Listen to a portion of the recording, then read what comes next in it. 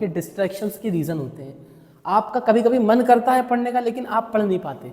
Reason क्या है? आप पढ़ने बैठते हो, आपको समझ में ही नहीं आ रहा। कैसे कैसे न्यूमेरिकल सर ने करवाएं, आपको आते ही नहीं, आपने बस क्लास में लिख लिया, आपने दोबारा उसको देखा ही नहीं पेज पलट के, तो कैसे आपका मन करेगा? कैसे आप सेल्फ स्टडी कर पाओगे? जब आप क्लास में सुनते हो टीचर को, तो सिर्फ सुनना नहीं है, लिखना नहीं है, समझना भी है उसको। अगर कोई समझने में डाउट आता है तो आप सेम डे डाउट क्लियर करें। अगर आप सेम डे डाउट क्लियर करेंगे ना, तो आपको पढ़ने में मज़ा आएगा। आपके रिवीजन जब आप बार बार करेंगे तो आपको नए नए डाउट्स निकल के आएंगे, नए नए क्वेश्चन समझ में आएंगे। तो आप वो क्वेश्चंस पूछोगे, डाउट्स क्लियर करोगे, तब आपको क्लियर होगा। तो आपको बार बार रिवीजन करना है। एक बार रिवीजन करने से कभी भी सिलेक्शन नहीं होता। जो टॉपर्स लोग हैं, जो सिलेक्टेड लोग हैं, वो 4-4 बार सिलेबस रिवाइज करते हैं।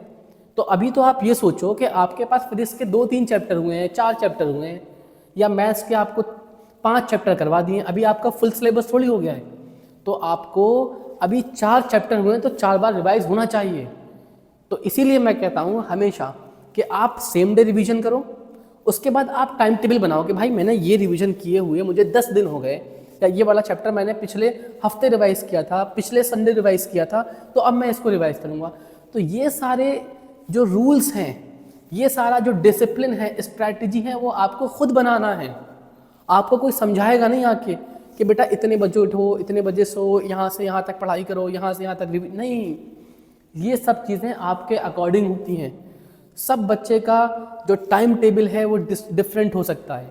आपका टाइम टेबल डिफरेंट हो सकता है, इसका टाइम टेबल डिफरेंट हो सकता है। तो आप किसी दूसरे के टाइम टेबल को आइडियल मान के फॉलो मत करें।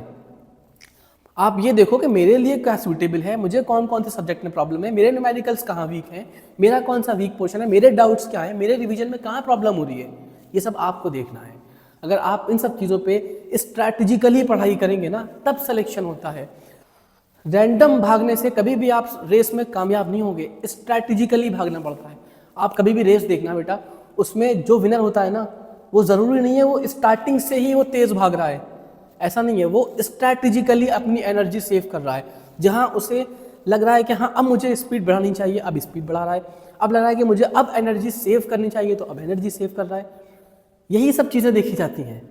Selection is a game of strategy, discipline.